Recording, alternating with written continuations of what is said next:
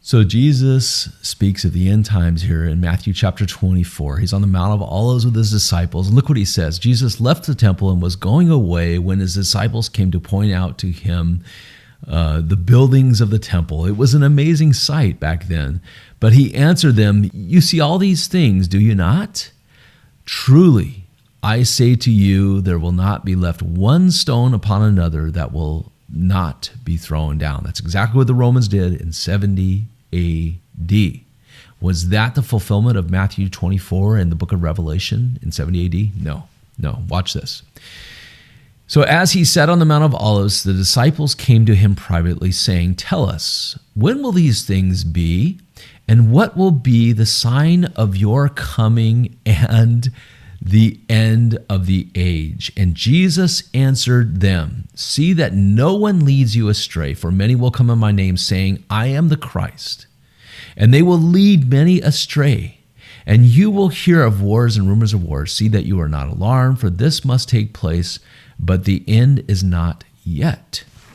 For nation will rise against nation and kingdom against kingdom, and there will be famines and earthquakes in various places, and all these things are but the beginning of the birth pains." So that's just the start of it, not the fulfillment of it all. That's just the beginning of it, Jesus pointed out here. And then we see in verse 9 here, it says, "Then they will deliver you up to tribulation and put you to death, and you will be hated by all the nations for my sake. And then many will fall away and betray one another and hate one another. And many false prophets will arise and lead many astray. But because of lawlessness, right, there will be increased, and the love of many will grow cold." Wow.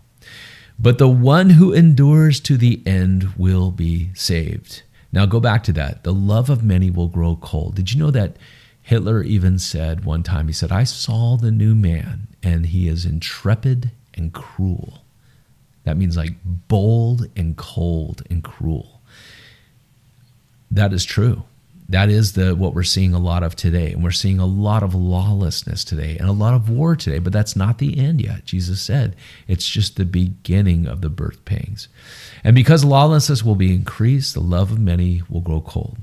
But the one who endures to the end will be saved. And this gospel of the kingdom will be proclaimed throughout the world as a testimony to all nations, and then the end will come." Now, pay attention to this, because a lot of missionary groups claim this scripture, and they say, well, it is our job to spread the good news about Jesus to the whole world, but they're saying then Jesus can come. Then the kingdom will come. They'll say, like, there's no rapture. Stop waiting around for the rapture. You need to be spreading the gospel, and then he will be ushered in, basically is what they're saying. That's not true. There's an angel in the book of Revelation that flies around during the 7-year tribulation period. He flies around the entire world, and he speaks it in every single language, tribe, tongue, ethnicity, all of it, to every place on earth, the gospel to the whole world. And then what happens after that? Revelation chapter 19 comes, and the end comes. Jesus returns. So that's what's going to happen there. Now, this is the important part that we want to zero in on. Jesus quotes the prophet Daniel. First, he calls him a prophet, so people need to stop debating whether Daniel is a legit book or not. Jesus called him a prophet. And then he says, he's speaking about the end. So look at this. Jesus said, "So when you see the abomination of desolation spoken of by the prophet Daniel standing in where? In the holy place." There's only one place, that's the holy place. That's the temple, the Jewish temple. "Let the reader understand. Then let those who are in Judea flee to the mountains. Let the one who is on the housetop not go down to take what is in his house. And let the one who is in the field not turn back to take his cloak.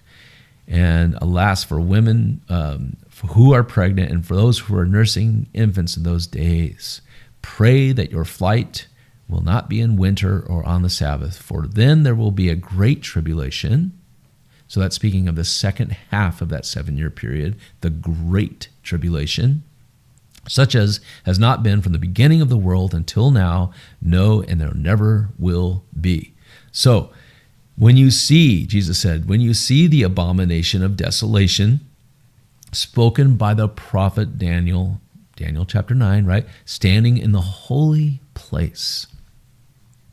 So if the temple is built for that 7-year tribulation period, the first half of it being kind of like, so there's some peace, there's a peace agreement or whatever, and they build that temple. And then midway through that 3.5 mark, when the 2 witnesses are killed, but then they're resurrected and they're raptured back up, they're up into heaven, and the whole world trembles when they see that.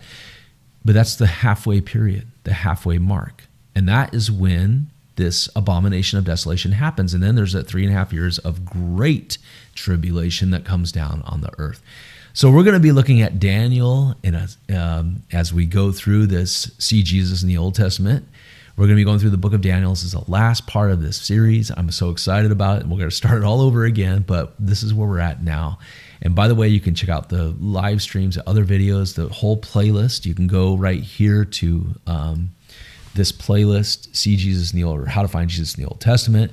You can also check out my book, See Jesus in the Old Testament. You can get it on Amazon, Barnes & Noble, other bookstores like that, and you'll be blessed by it, my friend. So we're going to be getting into this Daniel, very good. We're a lot of videos on Daniel. This is going to be the last part of our See Jesus in the Old Testament series. I think you're going to love it.